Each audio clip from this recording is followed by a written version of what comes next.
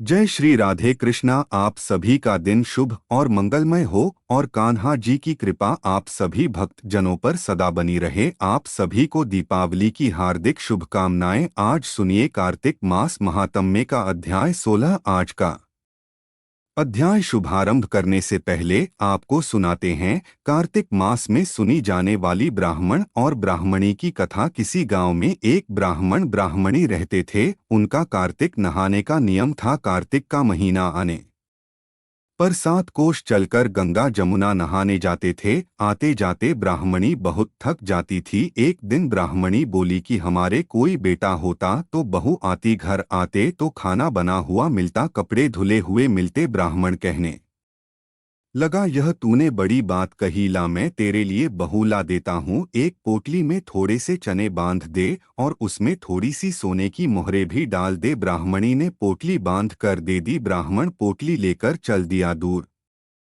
जमुना जी के किनारे लड़कियां खेल रही थी, मिट्टी के घर बनाती थी और तोड़ती थी। लेकिन उनमें से एक लड़की बोली कि मैं तो अपना घर नहीं बिगाड़ी, मुझे तो घर रहने को चाहिए। ब्राह्मण को तो वही लड़की मन को भा गई। मन में वो सोचने लगा कि यह समझदार लड़की लगती है। वह उसके पीछे पीछे हो लिया। जब वह घर पहुंची तो उसे कहने लगा, बेटी मुझे बड़ी भूख लगी है, अपनी माँ से पूछ ले क्या मेरी 4 रोटी बना देगी। कार्तिक का महीना है, मैं किसी के घर का अनाज नहीं खाता। मेरे पास यह थोड़ा सा चूर्ण है, अपनी माँ को दे देना और अपनी माँ से कह देना कि रोटी बनाने से पहले आटा छान लेगी। तब लड़की कहने लगी, ठीक है बाबा, तुम बैठो, मैं माँ को कहकर आती हूँ। तब वह जाकर अपनी माँ से कहने लगी कि माँ, एक बाबा आए हैं और कह रहे हैं कि मुझे बहुत भूख लगी है, मेरे 4 रोटी बना दो। उसकी माँ रोटी बनाने लगी तो आटा छाना। आटा छाते ही उसमें से सोने की मोहरें निकली। वह सोचने लगी, जिसके घर के आटे में इतनी मोहरें हैं उसके घर में कितनी होंगी। उसने रोटी बनाई और खाना परोस कर दे दिया। बाबा रोटी खाने बैठे तो उसकी माँ कहने लगी कि बाबा, तुम लड़के की सगाई करने जा रहे हो क्या। तब ब्राह्मण बोला, मेरा लड़का तो काशी पढ़ने गया है, अगर तुम कहो तो किसी खंडे कटारे से तुम्हारी लड़की को ब्याह कर ले जाऊं। तब उसकी माँ कहने लगी, ठीक है बाबा। वह लड़की ब्याह कर ले आया। आकर बोला, रामू की माँ, किवाड़ खोल, देख तेरे लिए बहू लाया हूँ। तो बुढ़िया अंदर से बोली कि हाँ मार ले। दुनिया तो बोली मारे ही है, तू भी मार ले, हमारे तो 7 जन्म भी बेटा नहीं है तो बहू कहाँ से आएगी। तब ब्राह्मण बोला, ना तू किवाड़ खोल। तब ब्राह्मणी ने किवाड़ खोले तो देखने लगी, सामने तो बहू खड़ी है। उसने खूब आदर सत्कार किया और बहू को अंदर ले गई। अब ब्राह्मण ब्राह्मणी नहाने जाते तो पीछे से बहू घर का सारा काम करती, खाना बनाती, कपड़े धोती, रात में अपने सास ससुर के पैर दबाती। इस तरह करते करते बहुत सारा समय निकल गया। सास अपनी बहू से बोली कि बहू, कभी भी चूल्हे की आंच खत्म मत होने देना और मटके के पानी खत्म मत होने देना। एक दिन अचानक से चूल्हे की आंच खत्म हो गई तो बहू भागी भागी पड़ोस में गई और जाकर बोली कि मुझे थोड़ी सी आंच दे दो, चूल्हे की आंच बुझ गई है, मेरे साथ ससुर आते ही होंगे। सुबह 4 बजे की गंगा जमुना नहाने गए हैं। तब पड़ोसन कहने लगी कि तू तो बावली है, तुझे तो यूं ही उठाकर ले आए, इनके तो 7 जन्म भी बेटा नहीं है। तब वह बोली कि नहीं, इनका बेटा तो काशी पढ़ने गया है। तब पड़ोसन कहने लगी कि तुमसे झूठ बोला है। तो बहू को तो पड़ोसन की सीख लग गई, पूछने लगी कि अब क्या करूं। तब पड़ोसन ने उसके कान भर दिए और कहने लगी, जली फुकी रोटी कर दे, अलनी दाल कर दे, खीर की कच्ची दाल दल में और दाल की कच्ची खीर में कर द। बहू को तो पड़ोसन की सीख लग गई, उसने ऐसा ही किया। सास ससुर गंगा जी नहाकर आए तो ना तो आज उसने आदर सत्कार किया, ना उनके कपड़े लिए, खाना लगाकर दे दिया। सासू ने खाना खाया तो बोली, बहू यह क्या है, यह तो जली फूकी रोटी है, अलनी दाल है। तब वह बोली, खा लो सासू जी, तुम एक दिन खा लोगी, कुछ नहीं होगा, मुझे तो जी जीवन भर अलनी रहना है। तब सास कहने लगी कि बहू को तो पड़ोस की सीख लग गई। बहू रात को सो गई, सुबह भागी भागी पड़ोसन के पास गई और पूछने लगी कि बताओ आज क्या करूं। तो पड़ोसन बोली कि सातों कोठों की चाबी मांग ले। जब उसके साथ ससुर गंगा जमुना नहाने जाने लगे तो बहू आगे अड़कर खड़ी हो गई और कहने लगी कि बाद में जाना, पहले मुझे सातों कोठों की चाबी दे दो। तो सास मना करने लगी। ससुर ने कहा, दे दे, आज भी इसका है, कल भी इसका है, हमारा क्या है, आज मरे कल दूसरा दिन। अब सास ससुर चाबी देकर चले गए। पीछे से बहू ने कोठे खोल के देखे, एक में अन्न भरा था, एक में धन भरा था, किसी में बर्तन भरे हुए थे, किसी में कपड़े के अटूट भंडार भरे हुए थे। जब सातवां कोठा खोल के देखा तो उसमें गणेश जी, लक्ष्मी जी, पीपल पथवारी जी, कार्तिक के ठाकुर, राई दामोदर, तुलसी जी का बिड़ला, 36 कोटि देवी देवता विराजमान हैं। गंगा जमुना बह रही है, तिलक छापे लगाए चौकी पर एक लड़का माला जप रहा है। तो बहू पूछने लगी कि तुम कौन हो। तब वह बोला कि मैं तेरा पति हूँ, किवाड़ बंद कर दे, जब मेरे माँ बापू आएंगे तब खोल लेना। अब तो बहू बहुत खुश हो गई। खुश होकर 36 तरह के उसने भोजन बनाए, 16 श्रृंगार किया। उसके साथ ससुर जब गंगा नहाकर आए तो बड़े प्यार से उनसे उसने बात की, उनके कपड़े लिए, कपड़े धोए, खाना खिलाया। तब ब्राह्मण कहने लगा कि बहू तो धन देख के राजी हो गई। अब बहू सास के पैर दबाने बैठ गई। पैर दबाती जाए और कहती जाए, माताजी तुम इतनी दूर 12 कोस गंगा जमुना नहाने जाती हो, थक जाती होंगी, तुम घर में ही क्यों नहीं नहा लेती। तब सास बोली, बावली हो गई है क्या, कहीं घर में भी गंगा जमुना बहती है। बहू कहने लगी, हाँ माँ जी बहती है, चलो मैं दिखाती हूँ। उसने सातवां कोठा खोलकर दिखाया। उसमें गणेश जी, पीपल पथवारी जी, लक्ष्मी जी, तुलसी के ठाकुर, कार्तिक के ठाकुर, राई दामोदर, शिव पार्वती, 36 कोटि देवी देवता विराजमान है। गंगा जमुना बह रही थी, तिलक छापे लगाए चौकी पर बैठा एक लड़का माँ जप रहा था। तो ब्राह्मणी ने पूछा कि तू कौन है। वह कहने लगा कि मैं तेरा बेटा हूँ। ब्राह्मणी बोली, तू कहाँ से आया। तो वह कहने लगा, मुझे तो कार्तिक के देवता ने भेजा है। तब ब्राह्मणी बोली, बेटा यह दुनिया क्या जानेगी, क्या जानेगा, मेरे घर का पति क्या जानेगी, देवरानी जेठानी क्या जानेगी, अगल बगल के पड़ोसी की तू मेरा बेटा है। तब उसने पंडित से पूछा तो पंडित ने कहा कि इस पार बहू बेटा खड़े हो जाएं और उस पार बुढ़िया खड़ी हो जाए। बुढ़िया ने चाम की अंगिया पहनी हो, छाती में से दूध की धार निकले, बेटे की दाढ़ी मूछ भीगे, पवन पानी से गठ जोड़ा बंधे। तो जब जाने कि यह बुढ़िया का ही बेटा है। उसने ऐसा ही किया, चाम की अंगिया फट गई, छाती में से दूध की धार निकली, बेटे की दाढ़ी मूछ भीग गई, पवन पानी से बहू बेटे का गठजोड़ बगया। ब्राह्मण की खुशी का पार ना रहा, वे बहुत खुश हो गए। हे कार्तिक के ठाकुर जी, राई दामोदर, भगवान ने जैसे बहू बेटा उसको दिए वैसे सभी को देना, और जैसे उसकी इच्छा पूरी की वैसे ही सबकी करना। कहते सुनते की हुंकारा, भरते की सबकी करना। अब सुनिए लपसी तपसी की कहानी। एक लपसी और एक तपसी था। तापसी तो भगवान की तपस्या करता था और लापसी सवा शेर की लस्सी बनाकर भगवान को भोग लगता और लौटा हिलाकर जिम लेता था। एक दिन दोनों लड़ने लगे। तपसी बोला कि मैं बड़ा हूँ और लापसी बोला कि मैं बड़ा हूँ। इतने में नारद जी आए और पूछा कि तुम दोनों क्यों लड़ रहे हो। तापसी ने कहा मैं बड़ा हूँ और तापसी ने कहा मैं बड़ा हूँ। तापसी बोला मैं सारे दिन भगवान की पूजा करता हूँ। नारद जी बोले कि मैं तुम्हारा फैसला कर दूंगा। दूसरे दिन तापसी नहाने करने लगा तो नारद जी ने 1.25 करोड़ की अंगूठी उसके आगे फेंक दिया। उसने आंख खोल कर देखा तो 1.25 करोड़ की अंगूठी पड़ी है। तब लपसी अंगूठी उठाकर बगल के नीचे दबा दी और तपस्या करने लगा। लपसी सुबह उठकर नहाकर 1.25 शेर लस्सी बनाकर भगवान का भोग लगाकर लोटा हिलाकर जिमने लगा। इतने में नारद जी आए और दोनों को डोट बिठाया। तब दोनों बोले कि कौन बड़ा है। तब तपसी ने कहा मैं बड़ा हूँ। नारद जी बोले कि तू पैर उठा। पैर उठाया तो 1.25 करोड़ की अंगूठी निकली। तब नारद जी बोलिए अंगूठी तो तूने चुराई है, इसलिए तेरी तपस्या भंग हो गई, इसलिए तापसी बड़ा है। तापसी बोला कि महाराज मेरी तपस्या कर फल कैसे मिलेगा। तू नारद जी बोले तेरी तपस्या का फल कार्तिक नहाने वाली देगी। फिर नारद जी बोले कि सबकी कहानी का कर, तेरी कहानी ना कहे तो कार्तिक का फल खत्म हो जाएगा। अब सुनिए कार्तिक मास महात्म्य में आगे का अध्याय। इससे पहले की वीडियो में आपने जाना था कि किस प्रकार देवर्षि नारद ने राजा पृथु को एकादशी व्रत का महात्म्य और राधा रानी भगवान श्री कृष्ण को डोट इतनी प्रिय क्यों है इसका रहस्य बताया था। अब महाराज पृथु ने देवर्षि नारद से पूछा है, देवर्षि यमपंचक काल में दीप दान का क्या महत्व है और क्या विधान है, कृपा करके मुझे विस्तार पूर्वक बताइए। तब नारद जी ने कहा है, राजन, कार्तिक मास की कृष्ण पक्ष की त्रयोदशी तिथि से लेकर शुक्ल पक्ष की द्वितीया तक 5 दिन यम पंचक कहलाते हैं। इन दिनों में धनतेरस की रात को यमराज के निमित्त दीपक जलाने से यमराज प्रसन्न होते हैं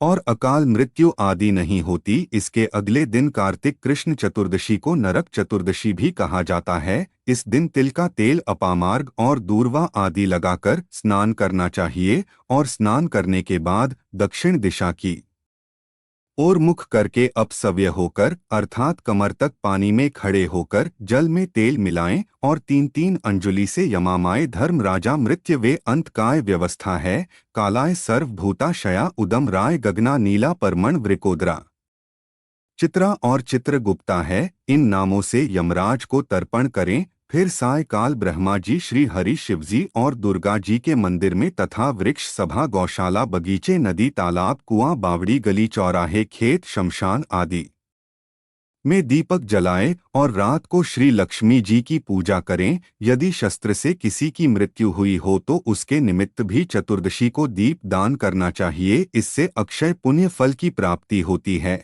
और दिवंगत आत्मा को डोट मोक्ष मिल जाता है। इसके बाद कन्या, ब्रह्मचारी और तपस्वी को भोजन कराएं, इसे यमलोक ना जाकर शिवलोक की प्राप्ति होती है। कार्तिक की अमावस्या अर्थात दीपावली के दिन भी स्नान आदि से निवृत्त होकर पितरों का पूजन और श्राद्ध करके ब्राह्मणों को भोजन कराएं। फिर सायंकाल घर तुलसी जी के पास में देव स्थान, शमशान, नदी, पर्वत, चौराहा और गौशाला में दीप जलाएं। फिर जी की स्तुति करके उनको जगाएं। जिस प्रकार पतिव्रता स्त्री अपने पति से पहले जागती है, उसी प्रकार लक्ष्मी जी भी भगवान से 12 दिन पहले जाग जाती है। अमावस्या के दिन बालक, वृद्ध और रोगियों को छोड़कर अन्य किसी को भोजन नहीं करना चाहिए। सायकाल लक्ष्मी जी का पूजन करने के बाद ही भोजन करें। घर को फूलमाला आदि से सजाकर सारे घर में दीपमाला जलानी चाहिए। घर घर के सभी स्त्री पुरुष नवीन वस्त्र धारण करें और समस्त रात्रि लक्ष्मी जी के समक्ष नृत्य, गीत आदि करके हर्ष उल्लास से बिताएं। घर में समस्त रात्रि दीपक जलना चाहिए। उस रात को लक्ष्मी जी सभी घरों में घूमती है और जो घर सबसे अधिक सुंदर और रमणीक होता है, जिस घर में सुख शांति होती है, जिस घर में कलह क्लेश नहीं होता है, जिस घर में सभी बड़े बुजुर्गों का सम्मान किया जाता है, उसी घर में लक्ष्मी जी लंबे समय तक निवास करती हैं। एक पहर रात्रि शेष रहने पर दरिद्र रूप घर का कूड़ा कर सूप यानी कि छाछ में या पुराने पंखे पर रखकर बाहर फेंक देना चाहिए। ऐसा करने से वह घर धन धान्य से परिपूर्ण रहता है। दीपावली के अगले दिन गोबर का गोवर्धन बनाकर बंधु बांधव सहित गोवर्धन की पूजा करें और ब्राह्मणों को भोजन कराएं। स्वयं भी नए अन्न का भोजन करें। भगवान कृष्ण ने देवराज इंद्र का मान मर्दन करके गोवर्धन पर्वत की पूजा इसी दिन की थी। सायकाल के समय गौ तथा वृषभ अर्थात बैल की पूजा करें और अपने परिवार के भरण पोषण और रक्षा करने के लिए उनसे प्रार्थना करें। इसी दिन शाम के समय बलि और उनकी पत्नी विद्या बलि की मूर्ति बनाकर पूजन और दान आदि करने से परिवार में सुख और समृद्धि बनी रहती है। दीपावली की रात को घर सजाने, दीप मालिका हो और महालक्ष्मी पूजन के बारे में विस्तार पूर्वक बताते हुए देवर्षि नारद ने कहा है, राजा पृथु, कार्तिक कृष्ण अमावस्या को दीप मालिका करने से दरिद्रता का विनाश होकर संपन्नता आती है। इस संबंध में एक इतिहास सुनाता हूँ, ध्यान से सुनो। थुरसैन देश में सत्य शर्मा नाम का एक अत्यंत दरिद्र ब्राह्मण था। उसके मन में एकमात्र यही था कि अगर मेरे पास धन हो तो मैं उसे यज्ञदान पूजा पाठ आदि कामों में व्यय करूं। अपनी दरिद्रता के निवारण का उपाय पूछने पर एक दिन एक विद्वान ने उसे बताया कि तुम शिव जी की आराधना करो। ब्राह्मण सत्य शर्मा ने सच्चे हृदय से भगवान शिव की उपासना आरंभ कर दी। एक वर्ष बीतने पर शिवजी एक ब्राह्मण का रूप धरकर उसके पास आए और बोले कि हे विप्र, धन प्राप्ति के लिए तुम राजा के पास जाकर उससे वरदान मांगो कि कार्तिक की अमावस्या को तुम्हारे सिवाय अपने घर में कोई भी दीप न जलाए। ब्राह्मण ने ऐसा ही किया। वह राजा के महल में पहुंचा और राजा को सारी बात बताई। राजा ने उसकी बात स्वीकार करके कार्तिक कृष्ण चतुर्दशी को सारे नगर में ढंढोरा पिटवा दिया कि अमावस्या को कोई भी अपने घर में दीपक न जलाए। राजा की आज्ञा मानकर अमावस्या की रात्रि को किसी ने भी दीपक नहीं जलाया। रात को लक्ष्मी जी नगर में आई तो देखा कि समस्त नगर में अंधेरा है, मगर एक ब्राह्मण का घर खूब सजा हुआ है और दीपमाला से जगमग हो रहा है। लक्ष्मी जी प्रसन्न होकर उस घर में प्रवेश करने लगी। लक्ष्मी जी को अपने घर में प्रवेश करते देखकर सत्य शर्मा उनका मार्ग रोककर खड़ा हो गया और कहने लगा, हे भद्रे, तुम्हारे पति तो अति कठोर हैं और तुम अत्यंत चंचल हो, इसलिए हमारे घर में प्रवेश मत करो। तब लक्ष्मी जी कहने लगी, श्री हरि तो इस समय शयन कर रहे हैं, इस कारण निश्चय ही मैं तुम्हारे घर में निवास करूंगी। यह सुनकर ब्राह्मण ने कहा, अगर आप इस बात की शपथ लो कि मेरी 3 पीढ़ियों तक आप इसी घर में स्थायी निवास करोगी, तब तो आप इस घर में प्रवेश कर सकती हो, अन्यथा नहीं। लक्ष्मी जी कहने लगी, अगर तुम मेरा विधिवत पूजन करते रहोगे तो निश्चय कि मैं तुम्हारे घर में वास करूंगी। यह सुनकर ब्राह्मण ने कहा, देवी, तब तो आप ही बताइए कि किस विधि से मैं आपका पूजन करूं और आप मुझे इसका पूरा विधि विधान भी बताइए। तब लक्ष्मी जी कहने लगी, है ब्राह्मण, प्रतिवर्ष कार्तिक मास की अमावस्या को प्रातः काल स्नान आदि से निवृत्त होकर देवताओं और पितरों का पूजन करो। दिन के तीसरे पहर में श्राद्ध करके ब्राह्मणों को सुंदर पकवानों का भोजन कराओ। प्रदोष के समय दीप माला करो। तुलसी जी के समीप ब्राह्मण के घर में देव मंदिर, चौराहे, शमशान और गौशाला में अनेक दीप जलाओ। इस दिन बालक, वृद्ध और रोगी के अलावा अन्य कोई भोजन न करें। सायंकाल स्वस्थ वाचन पूर्वक गणेश जी और कुबेर जी का पूजन करके संकल्प करो। फिर लक्ष्मी जी का पूजन करके इस प्रकार कहो कि कमल के आसन पर विराजमान, कमल के फूलों की माला धारण करने वाली, कमल जैसे नेत्र, गंभीर नाभि, स्तन के भार से नम्र सुंदर वस्त्रधारी, देवताओं के हाथियों द्वारा मणि युक्त घड़ों से स्नान करने वाली, हाथ में कमल का फूल लिए, ऐसी माँ लक्ष्मी मेरे घर में निवास करें। सबसे पहले लक्ष्मी जी को आसन दो, फिर पाद अर्घ, आचमन, स्नान, वस्त्र, धूप, दीप, नैवेद्य, जलपान और सुपारी, इन सभी वस्तुओं को अर्पित करके नमस्कार करो। दीप जलाओ और समस्त रात्रि भगवान का और देवी लक्ष्मी का कीर्तन करो। इस प्रकार कुबेर देवता और लक्ष्मी जी का पूजन करके ब्राह्मणों को भोजन कराने के बाद बंधु बांधव सहित स्वयं भी भोजन करो। सत्य शर्मा ने विधिवत इसी प्रकार किया, जिससे उसके यहाँ काफी धन धान्य हो गया। इसके बाद उसने अनेक यज्ञ और अन्य धार्मिक कार्य किए। जीवन की संध्या काल में सत्य शर्मा विरक्त होकर मथुरा चला गया और वहीं पर समाधि होकर विष्णु लोक को प्राप्त हुआ। इसके आगे का वृतांत आप सभी अगले अध्याय में सुनिए। अब सुनिए श्री तुलसी चालीसा। जय जय तुलसी भगवती सत्यवती सुख दनी, नमो नमो हरि। श्री वृंदागुन खानी, श्री हरि शीश रजनी देहो, अमरवर अनजनहित, हे वृंदावनी अब न करहु विलम्ब। धन्य धन्य श्री तुलसी माता, महिमा अगम सदा शती गाता। हरि के प्राण हो से तुम प्यारी, हर ही हेतु कीन हो तप भारी। जब प्रसन्न है दर्शन दीन हो, तब कर जोरी विनय उसकी हो। हे भगवंत कंत मम हो दीन, जानी जनी छाड़ छह सुन। लक्ष्मी तुलसी की बानी, दीन हो शाप कद पर आनी। उस अयोग्य वर मांगन हारी हो, विटप तुम जड़तन धारी। सुनी तुलसी पपियो तेहि ठामा करहु, वासतनी चन धामा दियो वचन। हरि तब तत्काला सुन, सुमुखी जन हो बिहाला। समय पाई रोपति तोरा, पूजी हो आस वचन सत मोरा। तब गोकुल महागोप सुदामा, तास भई तुलसी तू बामा। कृष्ण रास लीला की माही,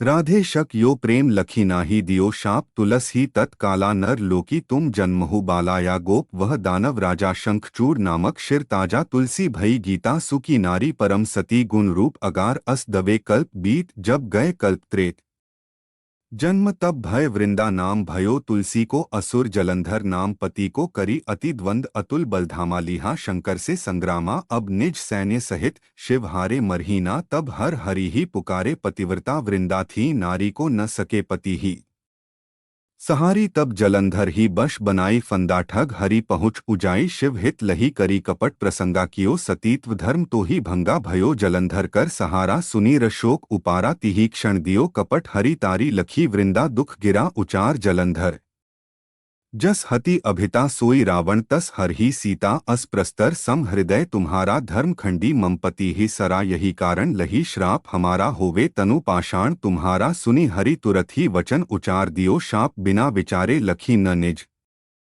करतूत पति को चलन हियो जब पार्वती को जड़मती तअस हो जड़ रूपा जग मह तुलसी विट अनुपा धगवर रूप हम शलीग्रामा नदी गंड की भी चल लामा जो तुलसी दल हम ही चढ़ी है सब सुख भोगी परम पद पई है बिनु तुलसी हरि जलत शरीरा अतिशय उठत शीश उर पीरा जो तुलसी दल हर शिर धारित सो सह घट अमृत आरत्वी रोग दोष दुख भंजनी हारी प्रेम सहित हरि भजन निरंतर तुलसी राधा में नाही अंतर व्यंजन हो छपन हो प्रकारा बिन तुलसी दल न हरि ही प्यारा सकल तीर्थ तुलसी तरु छाही लहद मुक्ति जन संशय नाही कवि सुंदर एक हरि गुण गावत तुलसी निकट सहस गुण पावत बसत निकट दुर्वासा धामा जो प्रयास ते पूर्व ललामा पाठ कर ही जो नित नर नारी हो ही सुख भाष ही त्रिपुरारी तुलसी चालीसा पढ़ी तुलसी तरु ग्रह दीप दान करी पुत्र फल पाव बंद्य नारी सकल दुख दरिद्र हरिहार हे परम प्रसन्न आशी धन जन लढ़ी ग्रह बसही पूर्ण अत्र लाही अभिमत फल जगत महलाही पुन सब काम जदल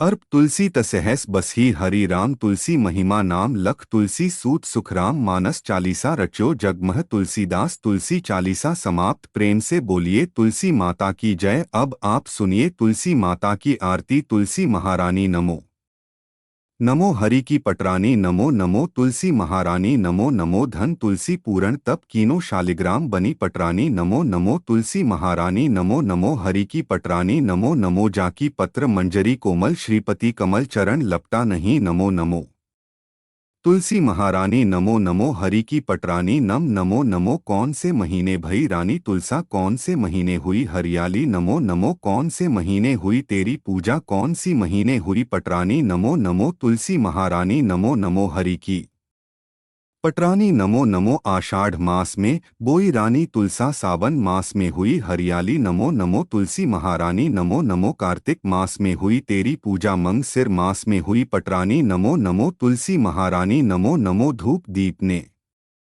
विद्या आरती पुष्पन की वर्षा बरसानी नमो नमो तुलसी महारानी नमो नमो छपन भोग 36 व्यंजन बिन तुलसा हरि एक न मानी नमो नमो तुलसी महारानी नमो नमो जो तुलसी को सवेरी गाए श्री कृष्ण के दर्शन पाए नमो नमो तुलसी महारानी नमो नमो जो तुलसी को दोपहर में गाय खीर खांड का भोग लगाए नमो नमो तुलसी महारानी नमो नमो जो तुलसी को सांझ को गाई श्री कृष्ण की आरती तारे नमो नमो तुलसी महारानी नमो नमो जो तुलसी को रात को गाए श्री कृष्ण के चरण दबाए नमो नमो तुलसी महारानी नमो नमो सभी सखी मैया तिरो यश गावे भक्ति दान दीज महारानी नमो नमो तुलसी महारानी नमो नमो तुलसी महारानी नमो नमो हरि की पटरानी नमो नमो प्रेम से बोलिए श्री तुलसी माता की जय भगवान श्री विष्णु जी की जय शालिग्राम भगवान जी की जय। आप सभी को आज की कथा और वीडियो में आनंद आया हो तो वीडियो को लाइक जरूर कीजिएगा। कमेंट में भगवान विष्णु जी माता तो तुलसी जी और भगवान शालिग्राम जी की जय जरूर लिखिए और चैनल को भी सब्सक्राइब करिएगा। इसी के साथ आज आप हमारे चैनल पर गुरुवार की व्रत कथा, दिवाली की कथा और दिवाली की पूजा विधि की वीडियो भी जरूर देखिएगा। प्रेम से बोलिए जय श्री कृष्णा।